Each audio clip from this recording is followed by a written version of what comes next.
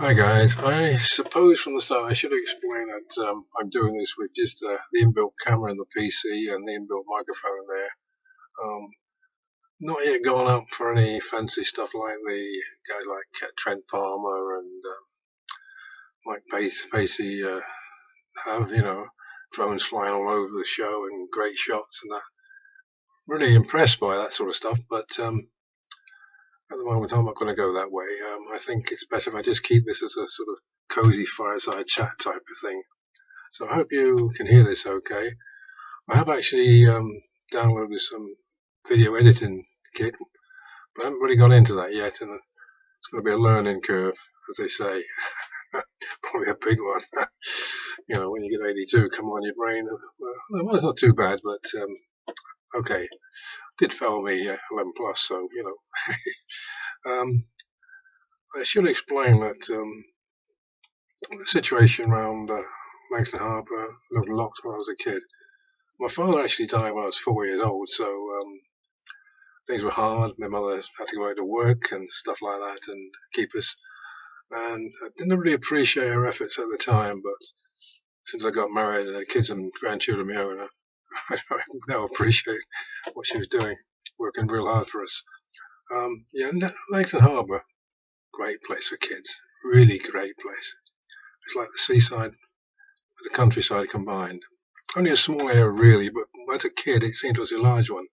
Went back a few years ago and seemed to be very small. One thing that has happened since I've been there is that blocks of flats have grown up in what was the countryside that used to be ploughed for corn and stuff. Langston Harbour had just a few fishing boats in, forests of masts from, well, expensive yachts, really. It has changed quite a lot. One thing it is the same, that part of it's made into a nature reserve, I noticed. So where I used to go picking up frogs and frog spawn and insects and slow worms and put them in your pocket and all that sort of thing you do when you're a kid. Now it's sort of all controlled. Not quite the same thing, I think. I think it was better when I was a kid. Why was it called Milton Locks? Well, at one time, way back in the 19th century, I think it was, they decided to build a canal across Portsea Island. This was to join up with a canal that went all the way up to London from Chichester way, I think. So it'd come across the Chichester Harbour with your boat into the lock and up through the canal. But they only got so far because they ran out of money, and they started to fill the canal back in, leaving just a short stretch now. And there was some broken down lock gates when I was a kid, but seen from recent photographs that they've since long gone. And there's a sort of brick built part at the end where the lock gates were fixed to. Some of that's still standing, and some yachts use it to, bed down in it, when they finished sailing. Tide goes in and out, and of course they have to go in out with the tide, in out with the tide. Langston Harbour, of course, is tidal, seawater, which you know if you fall in.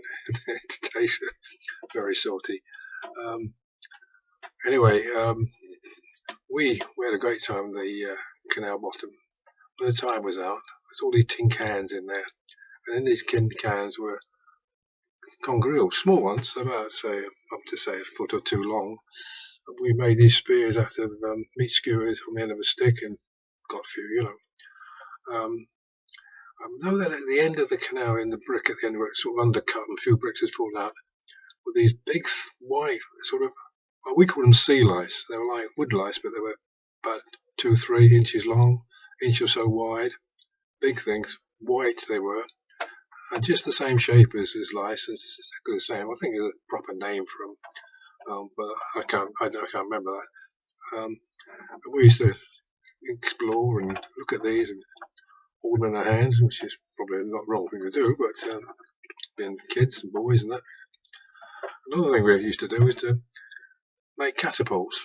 Find a crook stick, cut it in shape, get some rubber, plenty of old inner tubes lying around them days. Tips weren't controlled like they are now. You could go in and get what you wanted, cut the rubber into strips, wrap it around the wood, bit of copper wire, which you could find lots of copper wire around, tied it tight, bit of leather from an old shoe, put the stone in. anyway, we also made bows and arrows and things like that, and all very dangerous, of course, but luckily I never got an eye knocked out or hurt at all, but I think one or two kids did. As I said, we used to wander across the mud flats and go in. It wasn't entirely safe, I suppose. An adult going across would have sunk in well in, but being thin, skinny, very lightweight kids, short of food and that, we sort of skipped over the surface.